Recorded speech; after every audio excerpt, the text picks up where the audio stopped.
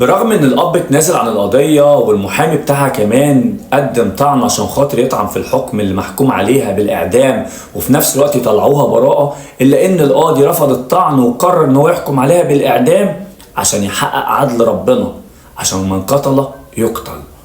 هو ايه الحكاية ومين اللي اتحكم عليه وايه اللي حصل؟ يلا بينا عشان هرجعكم بالذاكرة لسنة 2022، بس بعد ما تعملوا لايك وتشيروا الفيديو عشان يوصل لكل الناس وتسمعوا، وفي نفس الوقت لو مش متابعني زي نشرب معاك انك تتابعني عشان يوصلك كل الفيديوهات الجايه. ويلا بينا مع بعض احكي لكم التفاصيل الكامله في اصل الجاي.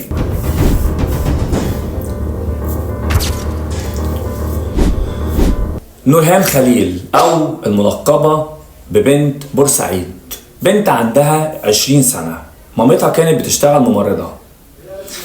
للاسف الشديد نورهان كانت متفوقه جدا في الدراسه، بس كانت بتجمعها علاقة مع طفل أو مع شاب، احسبوها زي ما تحسبوها، عيل عنده 15 سنة اسمه حسن. وللأسف الشديد العلاقة دي اتطورت وبقت علاقة مش كويسة، لحد ما هو كمان كان بيوصل لها وبيدخل البيت عندهم في أي وقت، الفجر، في أي وقت، لأن مامتها كانت بتبات في الشغل في المستشفى. والأب معرفش هو كان عايش معاهم ولا لأ عشان ميبقاش كداب. المهم طبعا قررت ان هي تدخله البيت ويعملوا علاقة مع بعض، واتطورت العلاقة اكتر من مرة. في مرة من المرات مامتها دخلت عليهم الأوضة وشافتهم، كانت جاية الصبح كده وهم طبعا تقريبا كده الوقت سرقهم، فدخلت عليهم وشافتهم، فقررت ان هي تفضحها وتقول لابوها.